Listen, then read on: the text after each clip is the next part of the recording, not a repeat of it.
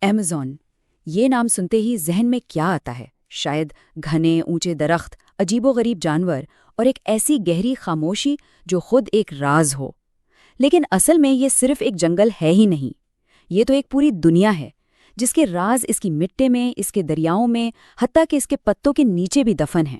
تو چلیے آج ہم مل کر انہی کچھ رازوں سے پردہ اٹھانے کی کوشش کرتے ہیں۔ اور یہ بات اس سفر کا بالکل پرفیکٹ سٹارٹ ہے۔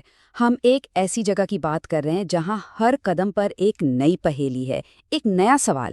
ایک ایسی جگہ جہاں ایک طرف قدیم تہذیبوں کے نشان ملتے ہیں اور دوسری طرف شاید آنے والے کل کی بڑی بڑی بیماریوں کا علاج بھی چھپا ہوا ہے۔ تو چلیے سیدھا اس میں گہرائی سے اترتے ہیں اور ہم شروعات کریں گے اس سب سے عام غلط فہمی سے، ایک ایسی کہانی جو ہم سب نے ایمیزون کے بارے میں سنی ہے لیکن شاید پوری نہیں سنی۔ اچھا، تو ہم سب نے یہ سنا ہے نا کہ ایمیزون زمین کے پھیپھڑے ہیں، لنگز آف دی ارتھ، اور دنیا کی 20% آکسیجن یہیں سے آتی ہے۔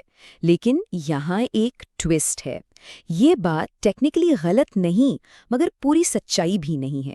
اصل میں سائنس یہ کہتی ہے کہ ایمیزون جتنی بھی آکسیجن بناتا ہے نا، وہ اس کا تقریباً سارا کا سارا حصہ خود ہی استعمال کر لیتا ہے، وہاں جو پودے اور جانور مر جاتے ہیں ان کے گلنے سڑنے کے پروسیس میں۔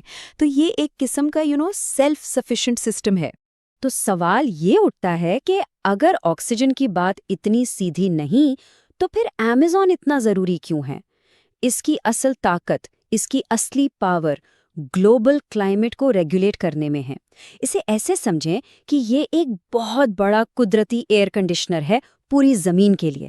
یہ ہوا سے کاربن ڈائی آکسائیڈ کو کھینچتا ہے اور بدلے میں پوری دنیا کے موسم اور ٹیمپریچر کو بیلنس کرتا ہے۔ اس کی اصل طاقت آکسیجن پیدا کرنا نہیں بلکہ یہ گلوبل بیلنس قائم رکھنا۔ اوکے، تو اب جب ہم نے یہ لنگز آف دی ارتھ والی غلط فہمی دور کر لی ہے تو اب دیکھتے ہیں کہ یہ جنگل اصل میں ہے کیا۔ یہ صرف درختوں کا مجموعہ نہیں ہے، یہ خود ایک زندہ چیز ہے، ایک ایسی مخلوق جس کے اپنے قوانین ہیں اور اپنے ہی عجیب و غریب رنگ۔ سوچئے ذرا، اس جنگل کی جو چھت ہے نا، جسے کینپی کہتے ہیں، وہ اتنی گھنی ہے کہ سورج کی روشنی کے لیے زمین تک پہنچنا لگ بھگ ناممکن ہے۔ مطلب دن کے وقت بھی جنگل کے فلور پر ایسی تاریکی ہوتی ہے جیسے شام ہو گئی ہو۔ تو یہ وہ اندھیرا ہے جو ایمیزون نے خود بنایا ہے، اپنی ہی دنیا کے لیے۔ اور اس قریب مستقل اندھیرے میں کیا پنپتا ہے؟ یہاں ایوولوشن نے ایسی مخلوق کو جنم دیا ہے جو اس کم روشنی والی اندھیری دنیا کے لیے ہی بنی ہے۔ ہم بات کر رہے ہیں عجیب و غریب کیڑوں کی، رات میں چمکنے والے فنگی کی، اور ایسے جانوروں کی جو شاید اگر زمین پر پوری روشنی ہوتی تو زندہ ہی نہ رہ پاتے۔ اچھا، اندھیرے کی بات تو ہو گئی، اب ذکر کرتے ہیں اس جنگل کی لائف لائن کا، اس کی شہرک کا، دریائے ایمیزون۔ اور یہ کوئی عام دریا نہیں ہے، اس کی چوڑائی اتنی زیادہ ہے کہ کچھ جگہوں پر آپ ایک کنارے پر کھڑے ہو تو دوسرا کنارہ نظر تک نہیں آتا، بالکل ایک سمندر جیسا احساس ہوتا ہے۔ لیکن اس کی اصلی حیرت اس کی چوڑائی میں نہیں بلکہ اس کی گہرائیوں میں ہے۔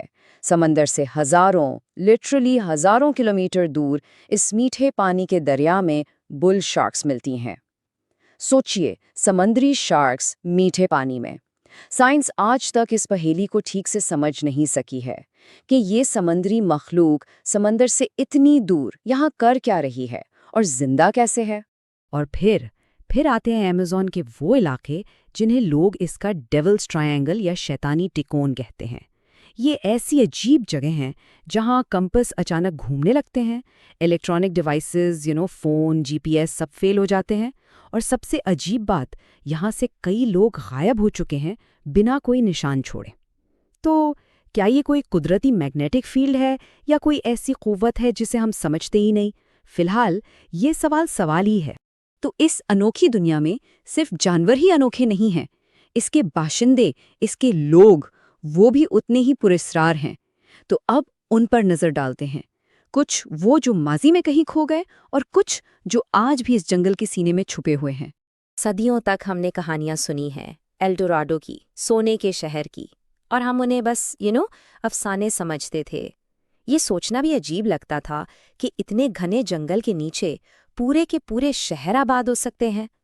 لیکن سائنس اور ٹیکنالوجی نے اس افسانے کو سچ کر دکھایا۔ آج سیٹلائٹ امیجری اور لائیڈار جیسی لیزر ٹیکنالوجی نے یہ ثابت کر دیا ہے کہ اس جنگل کے پتوں کے نیچے پوری کی پوری سویلائزیشنز، پوری تہذیبیں دفن ہیں۔ ہزاروں سال پرانی سڑکوں کا نیٹ ورک، پانی کے لیے بنایا گیا کمپلیکس کینال سسٹم اور بڑی بڑی عمارتوں کی فاؤنڈیشنز، یہ سب کیا بتاتا ہے؟ یہی کہ یہاں کبھی ایسے لوگ رہتے تھے جو شاید ہم سے کئی بہتر اس جنگل کو سمجھتے تھے اور اس کے ساتھ جینا جانتے تھے۔ یہ تو ہوئی ماضی کی بات، لیکن آج بھی رائٹ ناؤ ایمیزون کے اتنے گھنے حصوں میں کچھ ایسے قبائل ہیں جن کا باہر کی ماڈرن دنیا سے کوئی کانٹیکٹ نہیں ہے۔ یہ لوگ آج بھی اپنی صدیوں پرانی روایات کے مطابق جی رہے ہیں۔ ان کے لیے وقت شاید وہیں رکا ہوا ہے۔ اور یہ اس جنگل کی پوری کہانی کا نچوڑ ہے، پنک ڈولفن۔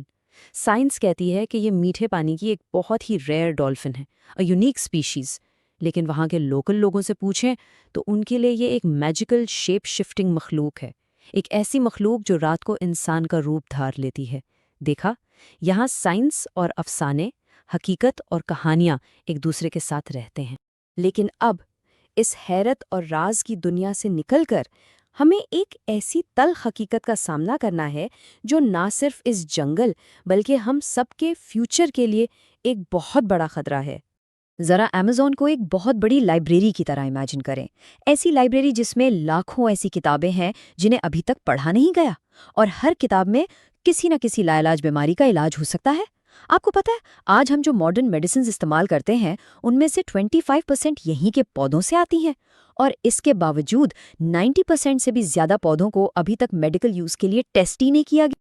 اس کا سیدھا سا مطلب کیا ہوا کہ کینسر، الزائمرز اور ایسی نہ جانے کتنی بیماریاں جن کا آج کوئی علاج نہیں، ان کا علاج شاید انہی درختوں کے پتوں، پھولوں یا جڑوں میں چھپا ہو۔ اور ہم کر کیا رہے ہیں؟ ہم اس پوری لائبریری کو آگ لگا رہے ہیں جسے ہم نے ابھی کھول کر ٹھیک سے دیکھا تک نہیں۔ اور یہ تباہی رک نہیں رہی بلکہ تیزی سے جاری ہے۔ جنگل کی آگ، اللیگل مائننگ، درختوں کی بے دردی سے کٹائی، ان سب کی وجہ سے ہم اس انمول خزانے کا لگ بھگ 20% حصہ آلریڈی کھو چکے ہیں۔ ہر دن، ہر گھنٹہ جو گزر رہا ہے، اس لائبریری سے کچھ اور پنے ہمیشہ کے لیے پھٹ کر غائب ہو رہے ہیں۔ اور پلیز اسے صرف درختوں کا کٹنا مت سمجھیے گا، یہ اصل میں ہماری زمین کے ڈیفنس سسٹم کا کمزور ہونا ہے، وہ سسٹم جو ہمیں کلائمیٹ چینج سے بچاتا ہے۔ اور جب یہ سسٹم فیل ہوگا، اور یہ ہو رہا ہے، تو اس کے اثرات صرف ایمیزون تک نہیں رہیں گے، اس کا اثر پوری دنیا کے موسم اور ہر انسان کی زندگی پر پڑے گا۔ تو آخر میں ہم بس اس ایک سوال کے ساتھ رہ جاتے ہیں، ایمیزون کے سینے میں دفن وہ سارے راز، لا علاج بیماریوں کے وہ ممکنہ علاج، اور قدیم تہذیبوں کی وہ گمشدہ کہانیاں، کیا ہم انہیں ڈھونڈنے سے پہلے ہی ہمیشہ کے لیے کھو دیں گے؟